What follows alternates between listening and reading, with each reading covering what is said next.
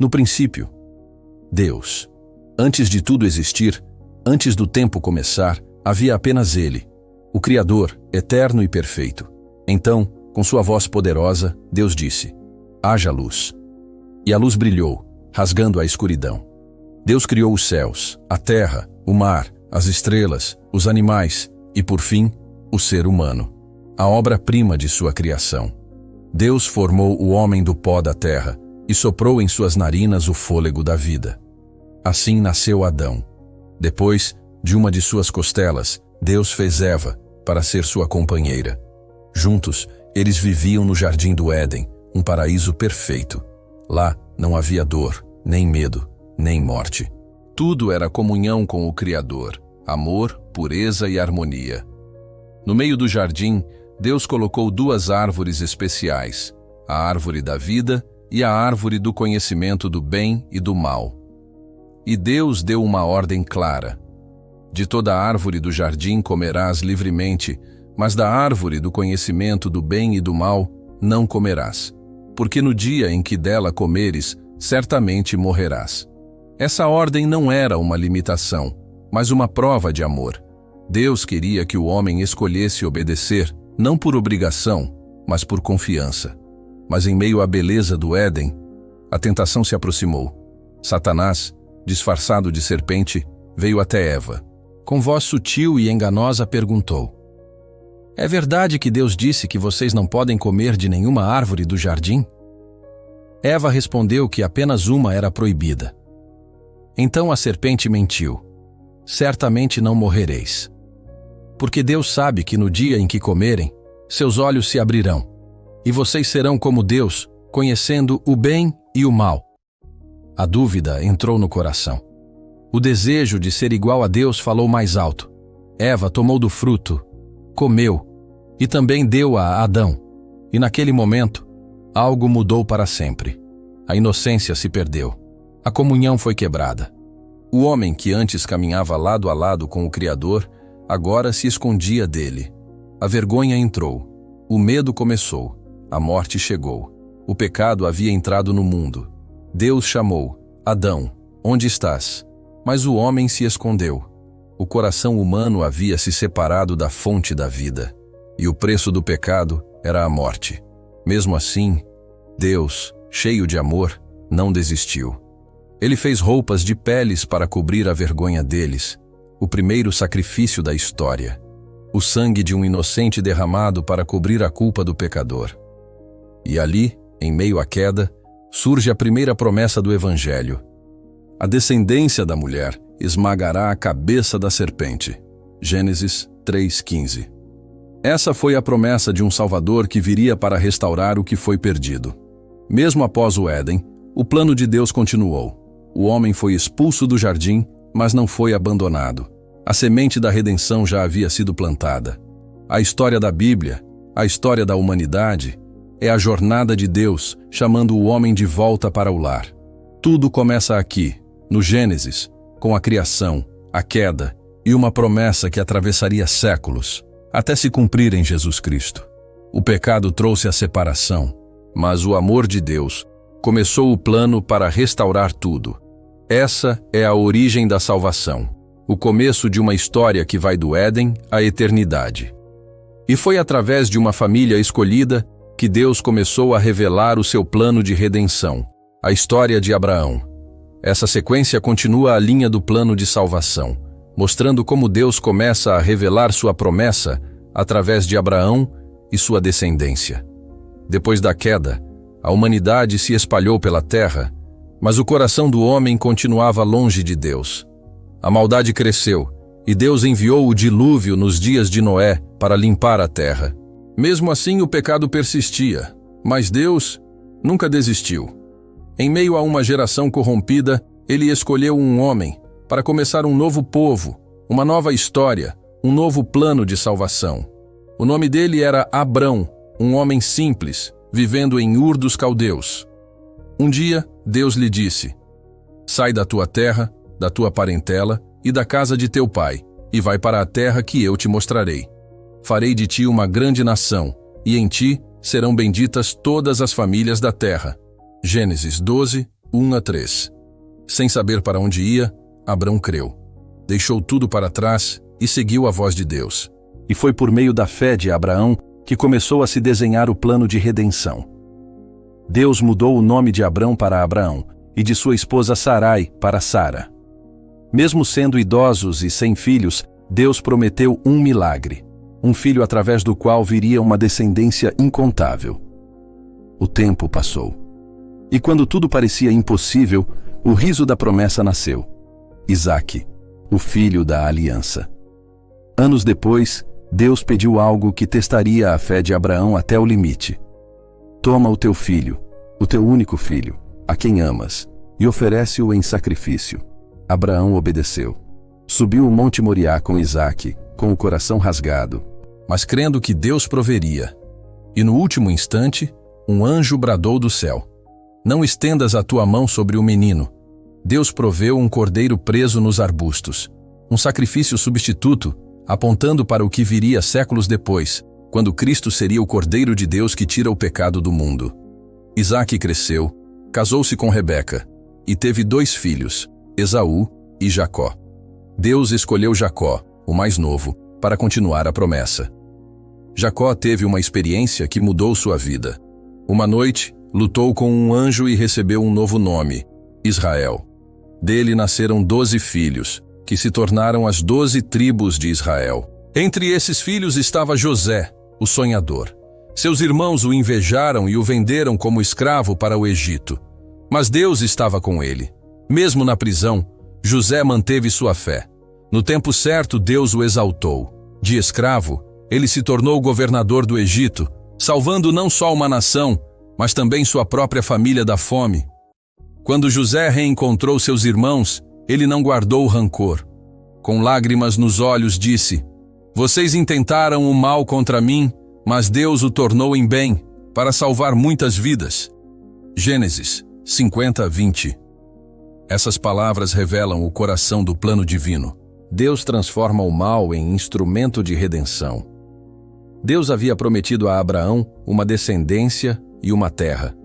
Agora, o povo de Israel estava formado, pronto para a próxima etapa. Mas logo eles seriam levados ao Egito, onde viveriam anos de escravidão. Até o dia em que Deus levantaria um libertador, Moisés, para cumprir a próxima parte do seu plano de salvação. De um homem veio uma promessa. De uma promessa nasceu uma família. E de uma família viria aquele que salvaria o mundo inteiro. Assim começa a linhagem do Messias. A esperança do Éden agora tem nome, sangue e herança. O povo de Israel cresceu no Egito e se tornou numeroso. Mas um novo faraó se levantou e os escravizou. Por 400 anos, eles clamaram a Deus por libertação. E Deus ouviu o clamor do seu povo. Ele levantou Moisés, um homem que nasceu sob decreto de morte, mas foi salvo para cumprir um propósito divino. Deus chamou Moisés do meio de uma sarça em chamas e disse: eu ouvi o clamor do meu povo. Vai, pois, e liberta Israel. Com a vara de Deus na mão e a fé no coração, Moisés enfrentou o poder do Egito. As 10 pragas mostraram que o Senhor é o Deus verdadeiro. E com o sangue do Cordeiro Pascal, o anjo da morte passou por cima das casas dos israelitas. Então veio o grande milagre. Deus abriu o Mar Vermelho e o povo atravessou a seco. O Egito ficou para trás. Israel foi liberto, mas a libertação era só o começo. Agora, Deus queria ensinar como um povo liberto deve viver. No Monte Sinai, o próprio Deus desceu em meio a fogo e fumaça. Ali, ele entregou a Moisés a lei, os 10 mandamentos. A lei mostrava o padrão de santidade de Deus, mas também revelava que ninguém era capaz de cumpri-la perfeitamente. Por isso, Deus instituiu sacrifícios e sacerdotes para cobrir os pecados com o sangue de animais. Mas esses sacrifícios eram apenas uma sombra, apontando para o Cordeiro perfeito que um dia viria. Mesmo depois de tantos milagres, o povo murmurou. Duvidaram, se rebelaram e vagaram 40 anos no deserto, até que uma nova geração se levantou, liderada por Josué. Josué conduziu o povo à terra prometida, mostrando que Deus é fiel em cumprir suas promessas. Depois vieram os juízes, homens e mulheres levantados por Deus para libertar Israel das nações inimigas. Mas o povo continuava oscilando entre a obediência e a rebeldia. Eles pediram um rei, e Deus lhes deu Saul, depois Davi, o homem segundo o seu coração. E de Davi viria o descendente prometido, o rei eterno que governaria com justiça. O filho de Davi, Salomão, construiu o templo de Jerusalém, onde a glória de Deus encheu o lugar. Mas após sua morte, o reino se dividiu, Israel ao norte, Judá ao sul. Vieram anos de idolatria, injustiça e decadência espiritual. Então, Deus enviou os profetas, homens cheios do Espírito Santo, para chamar o povo de volta ao arrependimento.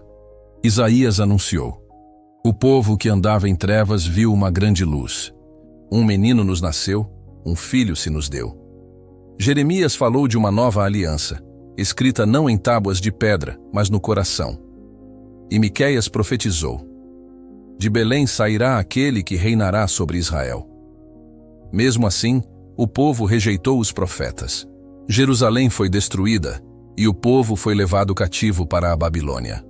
Mas mesmo no exílio, Deus não os abandonou. Ele usou Daniel, Ezequiel e outros para manter viva a esperança. Décadas depois, Deus os trouxe de volta à sua terra e reconstruíram o templo sob a liderança de Esdras e Neemias. Mas então, o céu ficou em silêncio. Durante 400 anos, nenhuma voz profética foi ouvida. O povo esperava, o mundo esperava. Até que, na plenitude dos tempos, a promessa do Éden, o descendente de Abraão, o filho de Davi, o Cordeiro de Deus, finalmente nasceu. Deus se fez homem. A palavra se fez carne e habitou entre nós. Após 400 anos de silêncio, a voz do céu voltou a ser ouvida. Um anjo apareceu a uma jovem chamada Maria, em Nazaré, e anunciou: salve, agraciada, o Senhor é contigo. Maria se espantou, mas o anjo continuou: conceberás e darás à luz um filho, e porás o nome de Jesus. Ele será grande e será chamado Filho do Altíssimo. Naquela noite em Belém, o impossível aconteceu. Deus se fez homem. O Criador entrou na criação. O Rei dos Reis nasceu numa manjedoura, e um coro de anjos anunciou aos pastores: glória a Deus nas alturas, e paz na terra aos homens a quem Ele quer bem. Jesus cresceu em sabedoria e graça. Quando chegou o tempo, foi batizado por João Batista no Rio Jordão. O Espírito Santo desceu sobre ele em forma de pomba, e do céu se ouviu a voz do Pai: este é o meu Filho amado, em quem me comprazo. Logo depois, o Espírito o levou ao deserto, onde foi tentado por Satanás. Mas Jesus venceu cada tentação com a palavra de Deus. Então começou seu ministério, curando enfermos, libertando cativos, ressuscitando mortos e anunciando o reino de Deus. Homens simples o seguiram: pescadores, cobradores de impostos, mulheres, estrangeiros. A todos ele dizia: segue-me. Ele ensinava com autoridade, não como os mestres da lei. Falava de amor, perdão e arrependimento. Mostrava que o reino de Deus não estava longe, mas dentro do coração de quem crê. Mas nem todos o aceitaram. Os líderes religiosos o odiaram, temiam perder poder e tramaram sua morte. Mesmo assim, Jesus continuou, sabendo que sua missão era maior do que a vida. Na última ceia, ele tomou o pão e disse: isto é o meu corpo, que é dado por vós. Depois, tomou o cálice e disse: este é o cálice da nova aliança, no meu sangue, que é derramado por muitos para a remissão dos pecados. Naquela noite, ele foi traído com um beijo, preso, humilhado e levado a julgamento. Os homens zombaram dele. Colocaram uma coroa de espinhos sobre sua cabeça e o levaram até o Gólgota, o lugar da caveira. Ali, o Cordeiro de Deus foi pendurado numa cruz. Pregos atravessaram suas mãos e seus pés, e em meio à dor, ele orou: Pai, perdoa-lhes, porque não sabem o que fazem. Então, com um brado de vitória, ele disse: Está consumado. E entregou o seu espírito. O céu escureceu, a terra tremeu. O véu do templo se rasgou de alto a baixo, mostrando que o caminho para Deus estava agora aberto. O sangue do Cordeiro havia cumprido o plano iniciado no Éden. Seu corpo foi colocado em um túmulo. O mundo parecia perdido outra vez. Mas, ao terceiro dia, a pedra foi removida. E Jesus ressuscitou. A morte foi vencida. A promessa foi cumprida. Ele apareceu aos discípulos, comeu com eles, mostrou as marcas em suas mãos e declarou: Toda a autoridade me foi dada no céu e na terra. Ide, portanto, e fazei discípulos de todas as nações. Dias depois, diante dos olhos de muitos, ele foi elevado aos céus, prometendo voltar um dia em glória. Mas antes de partir, deixou uma promessa: Eu estarei convosco todos os dias, até o fim dos tempos. O Filho de Deus veio para cumprir o plano traçado desde o Éden. Ele viveu sem pecado, morreu por amor e ressuscitou em poder. Nele, toda a promessa se cumpre. Nele, a salvação é completa. Jesus é o caminho, a verdade e a vida, e ninguém vem ao Pai senão por ele. Mas essa história ainda não terminou. O Espírito Santo desceu, a igreja nasceu, e a mensagem do Evangelho começou a alcançar o mundo inteiro. E um dia, o Rei voltará para buscar os seus. Depois que Jesus subiu aos céus, os discípulos se reuniram em Jerusalém, obedecendo a sua ordem de esperar a promessa do Pai. E então, no dia de Pentecostes, o Espírito Santo veio sobre eles com poder. Línguas de fogo pousaram sobre cada um, e todos foram cheios da presença de Deus. Ali nasceu a igreja. Pedro se levantou e pregou com ousadia: Arrependei-vos e crede em Jesus Cristo. Naquele dia, 3.000 pessoas foram salvas. O Evangelho começou a se espalhar por Jerusalém, Judeia, Samaria e até os confins da terra. A promessa de Jesus se cumpria: Edificarei a minha igreja, e as portas do inferno não prevalecerão contra ela. Entre os apóstolos, Deus levantou um homem improvável, Saulo de Tarso, perseguidor dos cristãos. Mas no caminho de Damasco, uma luz brilhou do céu, e uma voz disse: Saulo, Saulo, por que me persegues? Cego e quebrantado, Saulo encontrou o Cristo ressurreto. Seu nome foi mudado para Paulo, e ele se tornou o maior missionário da história, levando o Evangelho a reis, cidades e povos distantes. As cartas de Paulo, e também de Pedro, João, Tiago e outros, formaram o coração do Novo Testamento.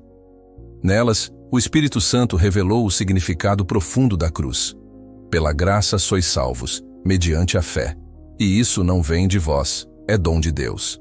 Efésios 2:8. A igreja cresceu mesmo em meio à perseguição. Cristãos foram lançados às feras, queimados, exilados. Mas nenhum império conseguiu deter a verdade. O sangue dos mártires se tornou a semente da igreja. O apóstolo João, já idoso, foi exilado na ilha de Patmos. Ali, Deus lhe revelou o que estava por vir, e João viu o céu se abrir. Eis que vi o Cordeiro de Deus, e diante dele uma multidão que ninguém podia contar, de todas as nações, tribos, povos e línguas. Ele viu a vitória final sobre o mal, a derrota de Satanás e a consumação do plano iniciado no Éden. João viu o juízo final, os mortos ressuscitando e se apresentando diante do trono de Deus. Aqueles cujos nomes não estavam escritos no livro da vida foram separados de Deus para sempre. Mas para os salvos, Deus preparou um novo céu e uma nova terra. João descreveu a Nova Jerusalém. Ela descia do céu adornada como uma noiva para o seu esposo. As ruas eram de ouro puro, os portões de pérolas, e o próprio Deus habitaria com os homens. Ali não haverá mais dor, nem lágrimas, nem morte, nem pecado. O Cordeiro será a luz eterna. Toda a criação será restaurada.